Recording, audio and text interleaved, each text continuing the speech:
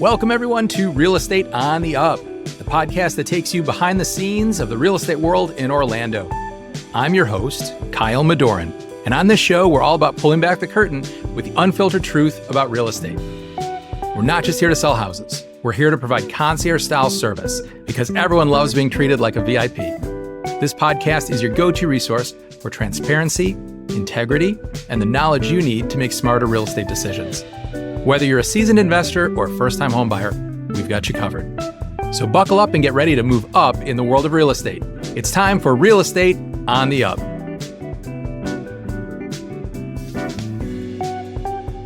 Welcome to the latest episode of Real Estate on the Up. Today, we're excited to introduce a special guest, Carlos Fuentes. Carlos has been a licensed real estate agent since 2016 and is focused on continual growth and learning to ensure he provides his customers with the best service possible. An agent with Next Home Sally Love Real Estate, serving the villages and surrounding cities, Carlos offers professional, responsive, and attentive services to home buyers and sellers. With a remarkable track record of helping clients buy and sell over 150 properties, Carlos brings a wealth of experience and expertise. He's also a dedicated family man, bilingual in English and Spanish. Stay tuned as we dive into Carlos's journey and insights in the real estate industry, especially in the unique community of the villages. So let's welcome him to the show now. Here he is, Carlos Fuentes. Hey, thanks for having me on, Kyle. It's a pleasure to be here with you. Oh, we're really happy to have you join us, especially because you are focused in an area that not many of our guests work in, which is the villages. So we definitely want to learn about that today. But first, tell us a little bit about you and your journey and how you got into real estate. All right. So I've been in real estate, like you mentioned, since 2016.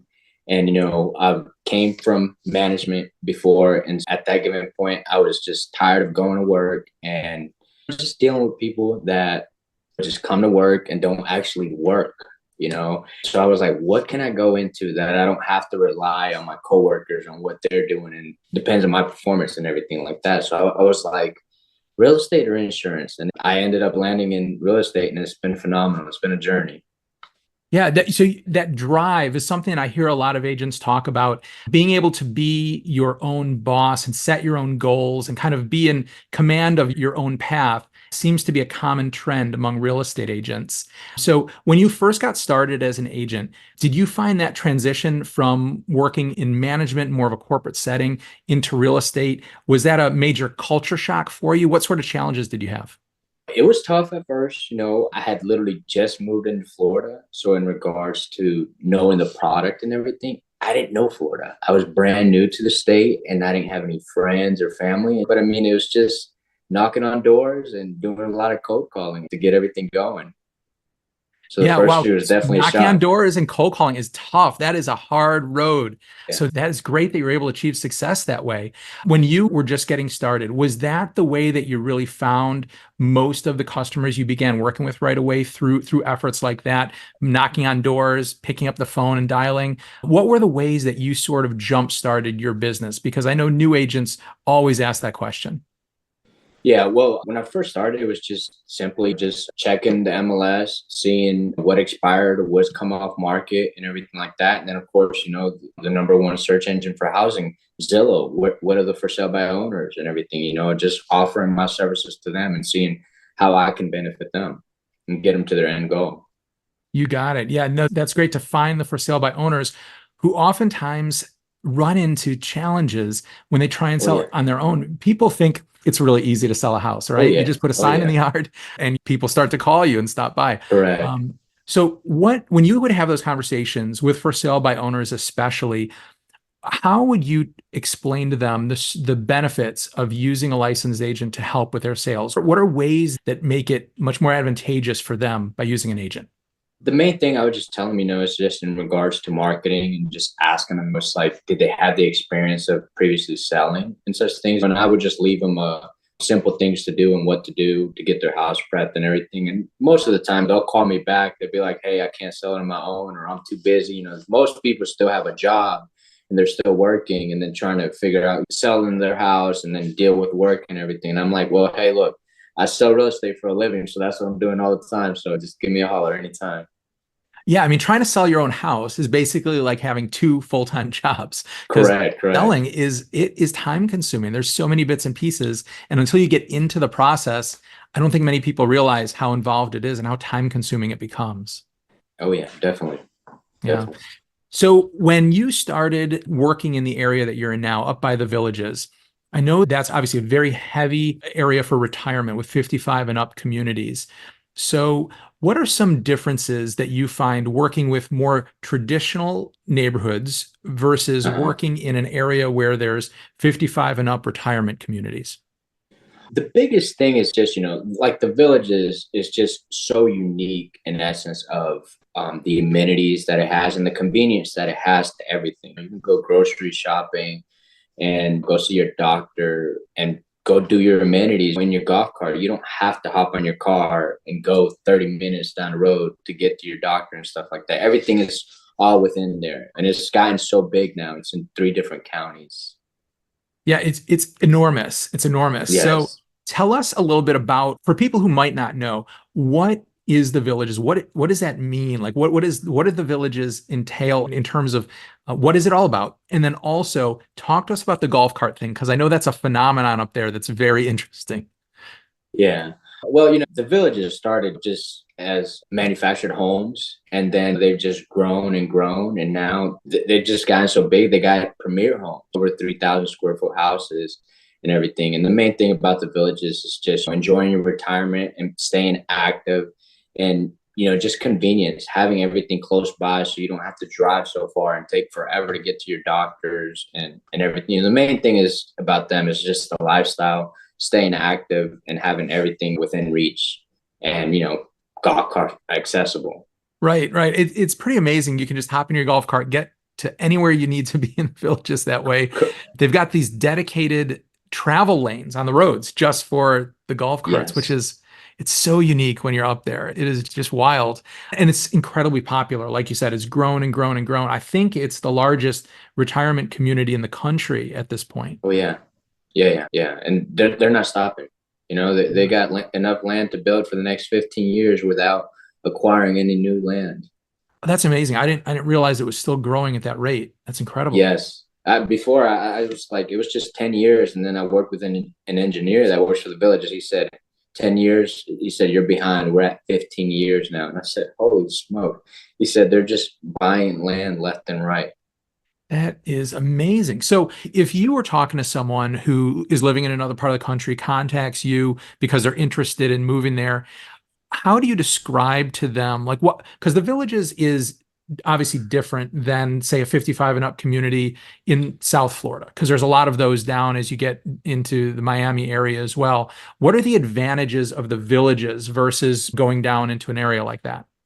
The biggest thing is, it's like during hurricane season, you're inland, you're central Florida, you're not along the coast or have to worry too much. When it's that time, you may get heavy winds and a lot of rain, but besides that, you don't have to worry about getting flooded and everything unless you're in a flood zone. But besides that, that's the biggest thing. And like I say, the villages is like a Disney World for seniors.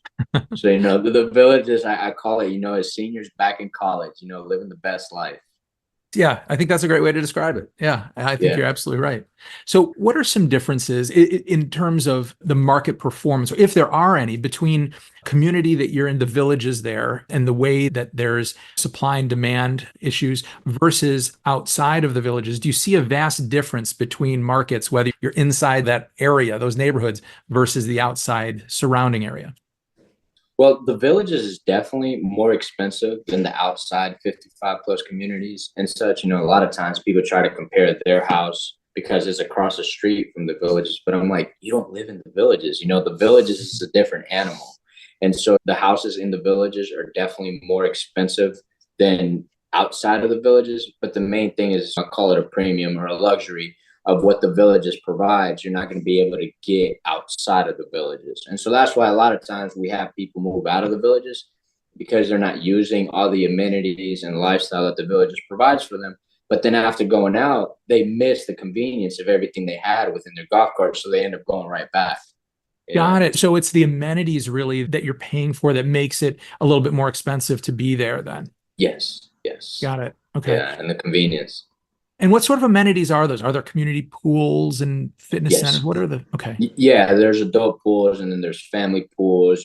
There's tons. There's golf, there's cards, there's all types of clubs, reading clubs, everything you can think of. Anything that you There's a could want to be club part there. of. Yeah, Yeah, anything you could think of, they have a club for it. Yeah, that's because great. it's That's gotten great. so big now. They have everything. Got it. That's pretty amazing. So if Yeah. you're working with someone, let's say it's an owner in the villages right now, and they're looking to sell a property, what are some of the challenges that sellers in there may face that they need to be aware of? Right now, the biggest thing is just, prices have been gradually going down. Mhm. And we've got so much inventory now that if you're looking to sell, you got to price it to sell. You can't try and be chasing the market up top where we used to be at when we're getting more than 15 offers within the first week. Now it's been like where the average days on market is up to 2 months. Gotcha. It's not 2 weeks no more. It's like months of inventory. We're almost at 5 months of inventory already. Wow, yeah, it has shifted very drastically then. We're Oh seeing yeah. that further south, in the Orlando area as well, that those peaks which occurred maybe in mid 2022 I think when we saw Yes. a peak here, prices have softened and the market's Yes. vastly different. So interesting that even in some place like the villages that does have a lot of demand, you're seeing something similar. Oh yeah. Oh yeah. So in Definitely. terms of market conditions, do you feel right now, do buyers or sellers have more leverage, or is it more of a neutral marketplace? And where do you see the market going over the next few months? As of right now, I feel like it's more in favor of the buyers, but I don't feel like we're completely in a buyer's market yet, just because the prices are so high. And in regards of essence, where we're going, I mean, there's no telling. I've expected the market to be coming down since 2018, but we got a curveball thrown at us with COVID, and when interest rates just dropped half, and so that caused the price to shoot up. And so, as of right now, with everything going on with the economy and everything, I personally don't think that the prices will drop too much. And if people are asking for interest rates to come down, and I foresee if interest rates go drop below 6%, the doors are going to open and all the buyers are going to be back on the market. And what's going to happen to prices then? They're going to go right back up and they're going to become less affordable to most people. Yeah, I think that's a common trend we've been hearing a lot of our guests talk about is how there seems to be this threshold and no one knows exactly where it is, but I think you're right. If we see rates fall below 6, the floodgates are going to swing wide open and all of these buyers who have been sitting on the sidelines kind of waiting, I think are ready to jump back in whenever that magic number comes about. And for different buyers it'll be a different number. Some will feel that way at 6.25, some will maybe won't feel that way until we get to like 5.5. But I think you're absolutely right, is that there's a sense now that the Fed is on board with lowering interest rates. I think we're going to see those rates come down. And so if you're a buyer out there, it sounds like the Villages is a very similar market to what we're seeing now. This is probably a really great moment to try and get into a property without having to fight that herd of other buyers, which if you were in the market at all during COVID, and you had a sense of like multiple offer situations and having to bid above asking price and waive all your contingencies and things like that, Yeah. it was not a fun time to be a buyer. So even though No, you had a no. great interest rate, it was a real challenge to get a house. So today, it sounds like this for people looking in the Villages and in that area might be a really great time to consider buying and not have to worry about that. Oh yeah. And then the biggest thing is, prices are a lot more negotiable. And like you said, during COVID, I mean, you had to ask over asking price and waive all your contingencies. So now everything's a lot more negotiable. Prices are selling for less than asking price. And a lot of times even closing costs are being covered. That's great. Yeah, absolutely. Yeah. Huge benefits for a buyer. Yeah. Oh yeah. You and I were talking before we hopped on the show about real estate as an investment and how Yes. that's something that you are passionate about is helping people invest and seeing real estate as a terrific tool to build wealth. Tell us a little bit about why you're so passionate about getting people into investment. Well, real estate is phenomenal in the essence of what you pay for today. Usually in 5 years, it's going to be worth minimum 100,000, if not double of what you paid for it. Because it's like I just look back at some of the investment properties I bought. Like my first rental, I paid 70,000 for it, and at the time, it was appraised at 125, but now it's less than 5 years, and that house is worth 200,000. And it's just like I would have thought that in 10 years, not less than 5 years. And so even if it's your primary residence, housing is always needed. We always need a roof over our head.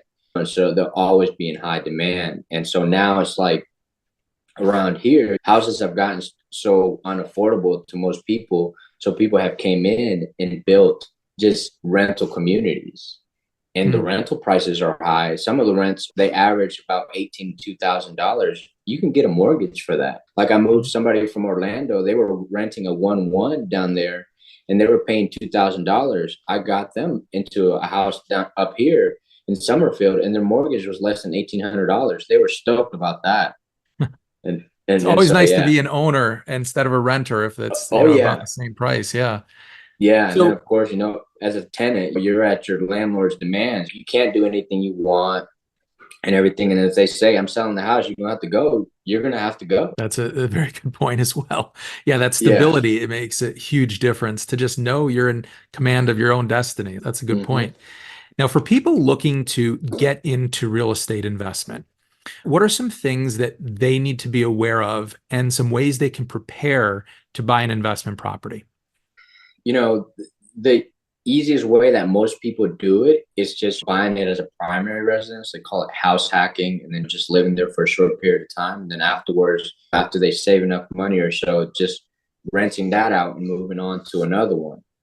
And of course, there's other options too. If you have the clientele and the trustworthy, you could always get private lending or hard money. There's multiple different routes. There's always subject to and such things, especially right now. Some people are upside down with their payments and everything. Their taxes or homeowners insurance have gone up way more than they projected, and their income hasn't gone up enough to keep up with it. Right. Yeah. It's true that there are major challenges right now for some people regarding problems we have here in Florida that they're also seeing in California, Louisiana, a few other places with insurance. I know that Yeah. that's a hot button topic at the moment.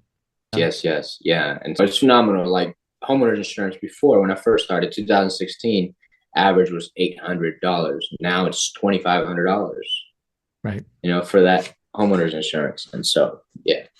Yeah, it can become challenging. So for your investors that you're working with, is there, a general rate of return that you're seeing is achievable in that part of Florida right now? What should people expect if they're looking to get into a property? Because back in the day, the old sort of adage was you wanted to get 1% of the value of the property in rent Oh, every month. geez. But that's almost impossible anymore to get rent that high. So what are you seeing is a good solid return that people should expect if they're looking to get into investment? Well, some people are okay with just getting $100 a month in return on profit wise, but I say, that's squeezing too tight. I'd say at least to account for all of your expenses and increase on homeowners insurance and taxes and stuff. I'd say, make it to where it's at least $300 a month. But on average, percentage wise, it's about 8%. If you're on a good return, you got more than 10%. But that's rare though. On average is 8. Some people are lower, but average I would say 8. Sounds like that's a very good area for investment because property values are lower than in the Orlando metro area Oh because yeah. it is hard to find investments that are good cash flow properties sometimes. You kind of have to really pick through and find those gems in order to capitalize. So with what you're seeing up there, do you have a lot of people who are investors who are out of the area and they're absentee investors that don't live locally? Or do you find that most of the investors you work with have multiple properties, but they still live in that community? There's a mixture of both. There's some local, and then there's a lot of them out of the area just simply because it's so affordable to them here compared to everywhere else, and the returns are much higher than other places. And it's just the growth that we've got here is phenomenal. Yeah, it's amazing what you've seen with values there. And obviously, it sounds like with all of the growth projected over the next 15 years, that's going to continue. Oh yes, oh yes, yeah. Even if we have a little dip, I'll get back up. And I'm sure you've been in the business long enough to go through 2008 and everything. And now where we're at today, who would have expected the prices to be where they're at today? Right. No, it's true. It's true. I don't think Yeah. anyone predicted that, but that's COVID for you. Changed everything. It was this huge blip. And, we're going to see the markets kind of get back to our normal cycle, hopefully soon. But it between COVID and then the sort of fall from those heights that we saw in the peak, it's been an interesting journey over the last few years for all of us. Oh, yes, definitely, definitely. Now, you work with people, obviously buyers and sellers, 55 and up communities and normal neighborhoods as well that are not retirement areas.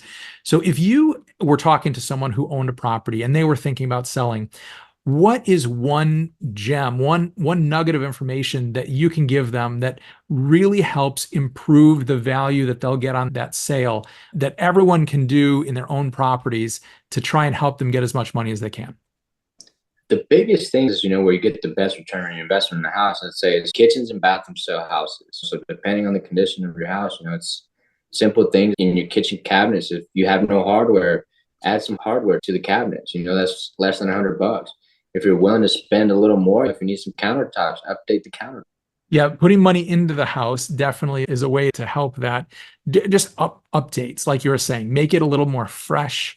I think these days, one thing that, and you'll have to let me know if your market is similar to this too, because this is something that we've seen within the last few years becoming predominant, is the majority of buyers out there want a property they can move into and just unpack their suitcases and put, hang their clothes in the closets and not have to do a bunch of work on. There are obviously investors and people looking to do renovations, but it does seem like there's been this trend where the vast majority of buyers want that perfect property where they don't have to invest any additional money after they purchase. Is that similar to what you're seeing in your area?